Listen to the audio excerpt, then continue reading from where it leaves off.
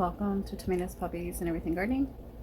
I just got my sweet potato slips planted and it is mid-June, and I am going to take you along and go back in time and share this kind of precarious journey of getting my sweet potatoes slips planted. You can see I'm sweaty, very humid, very hot here. Sweet potatoes should be happy. I've got some other things going on in this video, like a hot banana pepper getting planted, some seeds, nasturtium, and black-eyed Susan button. Glad you're here. Let's get started. It is April the 29th, 2025, and I meant to do this sooner, but about 3 weeks ago it's a fresh market, and I'm like, I think I'll use a new variety of sweet potato slip this year. So I bought this Garnet. That's the variety, Garnet, red Garnet. It's an organic sweet potato. I got it fresh market. I just bought the one, and it's been sitting in my kitchen window for the last few weeks, and it started to sprout. So I wish I had done this sooner, but what we're going to do today, we're going to take off the sticker.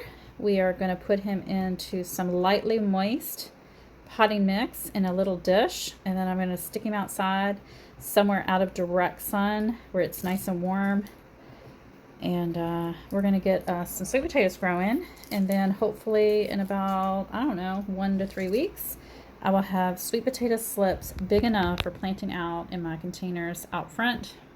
You can see it's already started to sprout, and this just happened in the last several days. For the last couple weeks it just sat there looking like a normal sweet potato, but now you can see, yes, we've got sprouts. So I want to encourage this to quickly produce more. You can see the eyes. There's lots of eyes on this sweet potato, and I did purposefully try to pick out the one that I thought would do the best. And so I'm going to go get the container ready, and then we will put him outside, and let's see how long it takes to grow a bunch of sweet potato slips.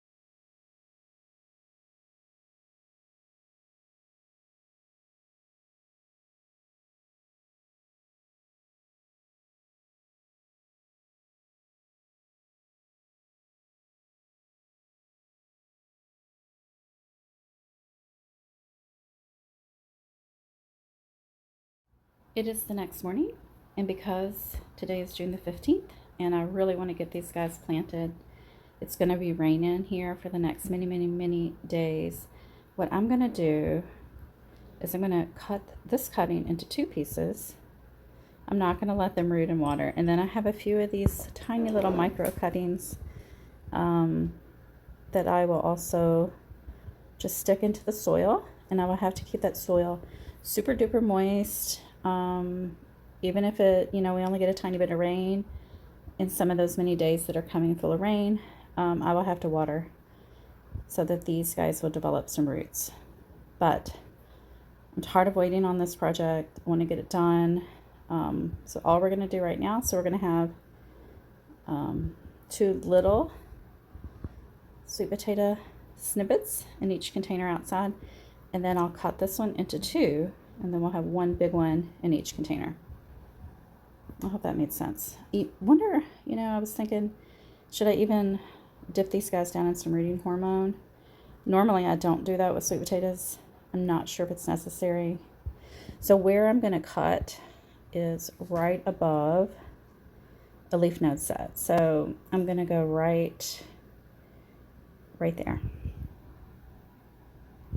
Right there. Yep. All right, so that's the plan for today. I've got a few things to get done this morning, and then we will go outside and work around the rain and get these guys planted. There are so many creepy crawlies. They're running away from me.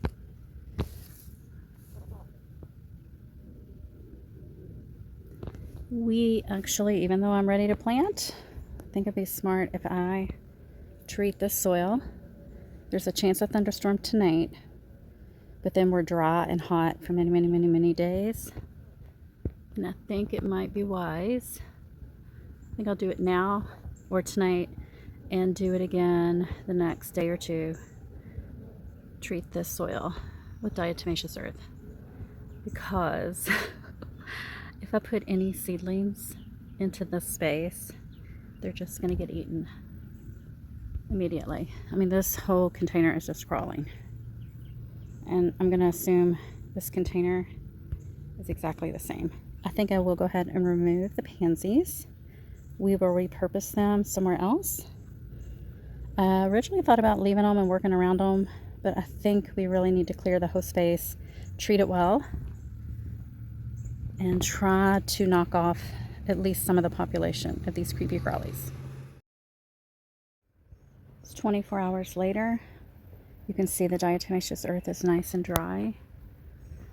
Not sure if any bugs walked through it or not, but I'm sure they did. I'm going to put the sweet potato off to the side in case it wants to grow more shoots. You can see that right there. Cover it because Chipmunk was taking bites the other day out of it. So now I just need to move the pansies. Take off obelisk here, my trellis system, and then we can get to planting right now.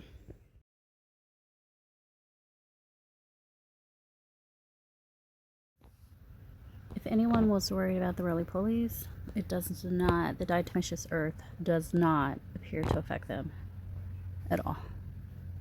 There's several in here. So now we're going to do blood meal. Basic slow release fertilizer. And I'm going to mix that in really well, and then we will get to planting.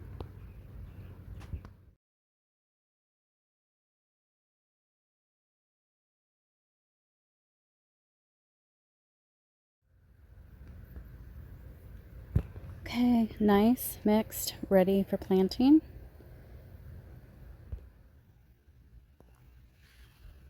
I just bought this pepper last week. It is a hot banana. Hot banana. I already have sweet banana in my garden, but my daughter requested that I get the hot banana pepper. And so I just happened to luck out. I've looked many, many places. I was at Walmart and they actually had it. So I bought this one because it has 2 plants. So I'm going to divide it, put one under this basket, one under that basket, and then we have a lot of seeds to plant and our sweet potato slips. Before planting, I'm going to pinch off the flower buds, the little baby buds, just so we can work on the root development, because it's going to be very traumatic for this plant in just a minute as I rip the roots apart. It's pretty root bound. So I'm picking off the fruit, the potential future fruit. They're so tiny. The blood meal I just added will help with the growth of the plant. And we don't really want to worry about the fruiting at this point. We're worried about foliage, plant growth, everything that nitrogen does. I'm going to get some leaves growing, hopefully some height to this plant. And also that will help with our sweet potato slips start to leaf out and grow. Now later we will switch to a little bone meal, but right now it's just blood meal and a slow release all-purpose fertilizer.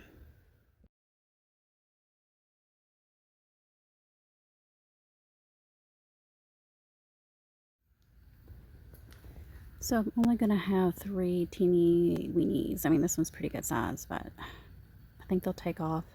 If I develop any more slips in the next week or so, week or two, I will put them in the pot as well. But to plant, it's literally just slipping it in like that. So easy.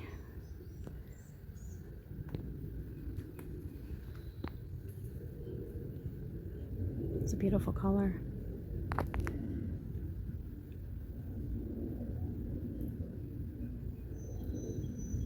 Now it's time to plant some seeds that I've pre-soaked. We've got our nasturtium. It really does help to soak these guys, because they are a little bit hard to germinate for me here. Sometimes I will nick the side of the seed as well, but these are really well soaked. I think they'll take off. It's so humid and hot. I think they will germinate quickly. Got this beautiful cherry rose. We're just going to put it right here in this pie quarter, and then we're going to put some up here in this quarter of the nasturtium, and then I've got the black-eyed Susan vine. I'll just put about 3 seeds in the center, the obelisk here, and they will climb up and look so beautiful. They are pre-soaked as well. The black-eyed Susan seeds are down. I only put 3. If one takes, that'll be perfect. I prefer the white color. The orange might be a little too bright. I'm not a fan of yellow, so we shall see. Now, I think I'll put some nasturtium back here as well, or possibly a kale plant. Maybe not. For now, we'll just do nasturtium. Put our nasturtiums over here. And then this project is completed. It's taken forever. I hope to get a few more slips to stick in there as well. Well, that's it for this video, guys. Come back, because I think in 1 month it's going to look totally different. Fingers crossed our nasturtiums germinate for us. But this is going to look kind of cool, maybe. We shall see. Hope you're having a great gardening week, and I will talk to you soon. Bye.